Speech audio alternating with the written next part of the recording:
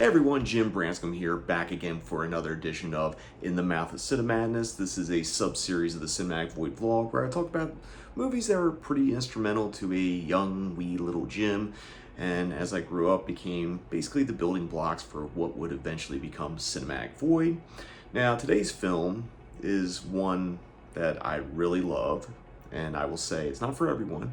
It's a very 70s kind of drama, disaster kind of movie. I've actually done another video about this particular movie, which we'll talk about in this video. You know, synergy, we're just gonna put it all together. But the film I'm talking about today is from 1977, and it is Rollercoaster.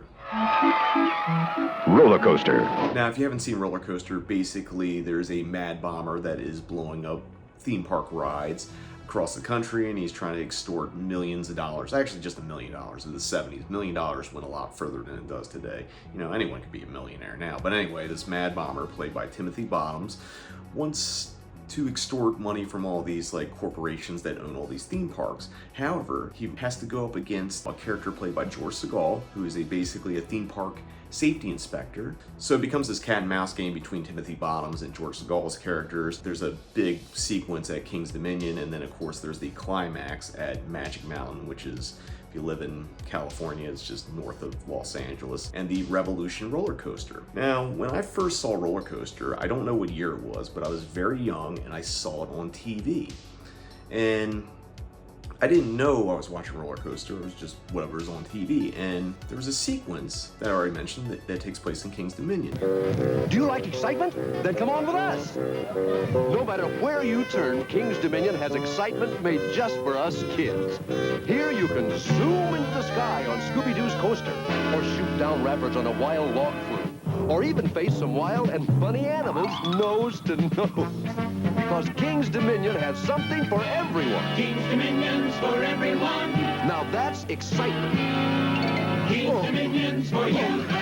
As a child, I had been to King's Dominion, and while I was watching this is the first time I watched a movie and actually recognized a place I had been to. Most of my movie watching involved movies that are a little bit more on the fantastic side, so to see a location that I had physically been to was really cool.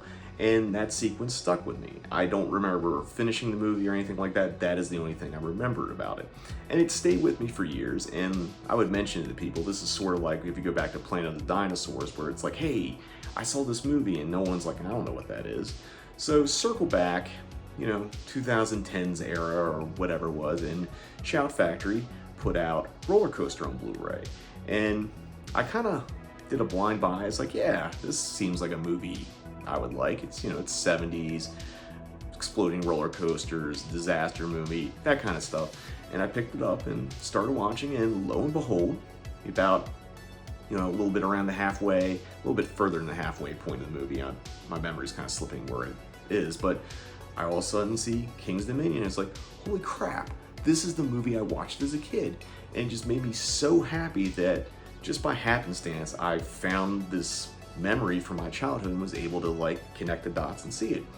And Rollercoaster is a movie that its climax is on 4th of July at Magic Mountain, as already mentioned. So this became kind of my 4th of July staple for many years. And as I was doing Cinematic Void, I really wanted to screen this movie. And I've been doing these Monday residencies at the LF3, and I had a 4th of July slot. And I kind of asked, like, hey, are we going to be open on 4th of July? They're saying, maybe. Why? What do you have in mind? It's like, I kind of want to do Rollercoaster on the 4th of July. And they thought of it, and I said, sure. So I ended up doing the world premiere of Universal's brand new DCP of Rollercoaster on that day. Now, right before that Rollercoaster screening, I got kind of excited and decided, you know what? I should drive up the Magic Mountain and go see the actual final Rollercoaster movie, which is the Revolution. And if you want to check that out, here's over here somewhere, there's going to be a link to the Rollercoaster filming location video, obviously only covering the Magic Mountain portion. At some point, I'd like to go back to the East Coast and do the King's Dominion portion of it. I don't know when that's going to be, but I would like to kind of do that and be a real Rollercoaster completist. I really love this movie. I actually own 2 posters for Rollercoaster, the US one sheet and a British one, and I also have the novelization, which is, you know, the guy who wrote this took took a little bit of liberties and kind of makes it a little more spicier than the actual movie is, but you know, it's okay. That's the wild world of film novelizations. And I have my very own personal 35mm trailer of Roller Coaster that I actually got to show this year in front of some of my June screenings. Being able to finally watch Roller Coaster on the big screen was a great experience and kind of was a bucket list cinematic void thing for me. This was kind of the movie I always wanted to screen and just couldn't work it out, and now it finally happened. And it was just nice to just be with an audience that just got into it and really enjoyed it. And it's kind of why I decided to just start showing it every year.